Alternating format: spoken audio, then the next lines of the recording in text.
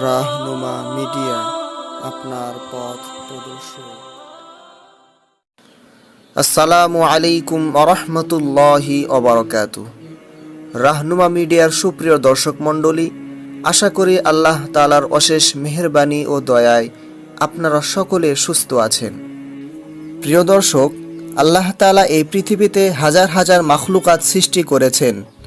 সে সমস্ত মাখলুকাতের মধ্যে হতে কিছু কিছু মাখলুকাত আমাদের অতি নিকটে বসবাস করে। এদের মধ্যে অন্যতম হচ্ছে কুকুর। যদিও বা কুকুর আমাদের চোখে একটি ঘৃণিত জীব, তাকে দেখলেই ঢিল ছুঁড়ে মারতে ইচ্ছে করে এবং তার থেকে আমরা দূরে দূরে থাকার চেষ্টা করি। হাদিস শরীফেও এসেছে, হুজুরে পাক সাল্লাল্লাহু আলাইহি ওয়াসাল্লাম বলেছেন, ওই ঘরের মধ্যে রহমতের ফেরেশতা প্রবেশ করে না যেই ঘরের মধ্যে কুকুর থাকে, এবং ওই ঘরেও প্রবেশ করে না যেই ঘরের মধ্যে কোনো জানদারের তাসবির থাকে।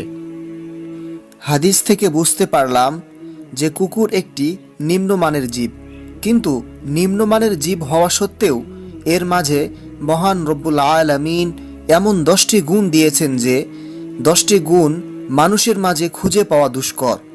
যদি মানুষের মাঝে সেই 10টি গুণ চলে আসে, তাহলে সে ব্যক্তি একজন পূর্ণাঙ্গ মানুষ হতে পারবে। তাই প্রিয় দর্শক, ভিডিওটি না টেনে শেষ পর্যন্ত দেখতে থাকুন। সেই 10টি গুণগুলো হলো, 1 নাম্বার হচ্ছে কুকুর রাতে কম ঘুমায়।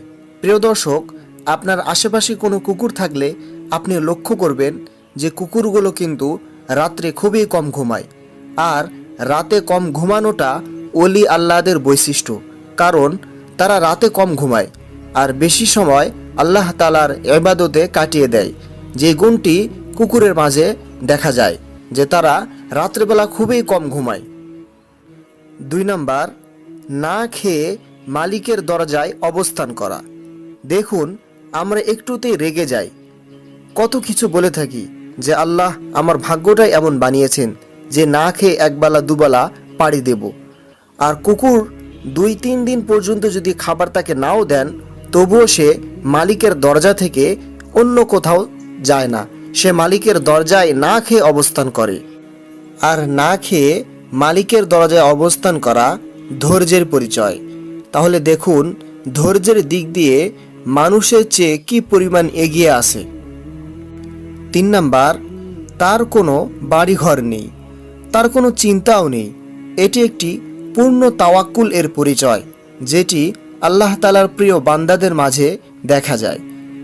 4 নাম্বার, একটু জায়গা পেলেই বিনা দ্বিধায় শুয়ে যায়। আর আমরা শুধু বেশি চাই, 1 তলা থাকলে 2 তলা বানার চিন্তা করি, 2 তলা থাকলে 4 তলা বানার চিন্তা করি। আর এটি হচ্ছে বিনয়ের পরিচয়, যেটি কুকুরের মাঝে আমরা দেখতে পাই। সে একটু জায়গা পেলেই সেখানে বিনা দ্বিধায় শুয়ে যায়, যেই গুণটি মানুষের মাঝে খুবই কম। 5 নাম্বার, বিশ্রাম স্থান থেকে তাকে তাড়িয়ে দিলে সে অন্যত্র গিয়ে অবস্থান করে, ফিরেও চায় না। আর আমরা সামান্য জমি জমার জন্য ভাই ভাইকে, ছেলে বাবাকে হত্যা করতেছি। এটা আপোষের পরিচয়, যেটি মানুষের চেয়ে কুকুরের মাঝে বেশি দেখা যায়। 6 নাম্বার, কুকুর মালিকের খাবারের দিকে শুধু তাকিয়েই থাকে, কোনো বল প্রয়োগ করে না।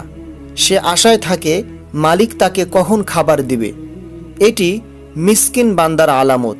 তারা আল্লাহর প্রতি তাওয়াক্কুল করে বসে থাকেন যে আল্লাহ তাদের রিজিকের ফয়সালা করবেন।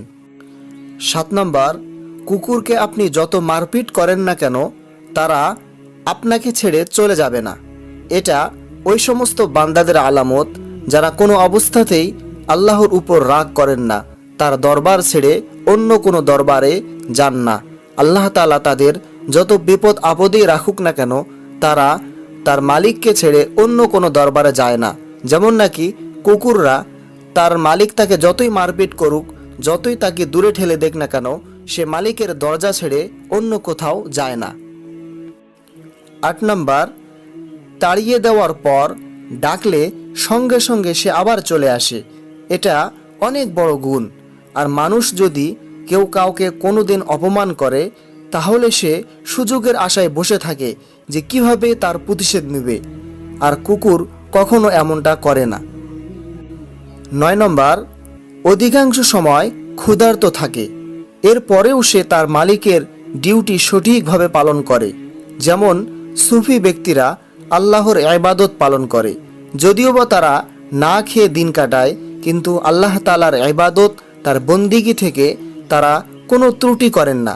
যেমন কুকুর তাকে একবেলা দুইবেলা না খেয়ে রাখলেও সে মালিকের বাড়িটা সারা রাত জেগে জেগে পাহারা দেয় এবং মালিককে সর্বদা সে সন্তুষ্টি করার জন্য তার ডিউটি সব সময় সে সঠিকভাবে পালন করে।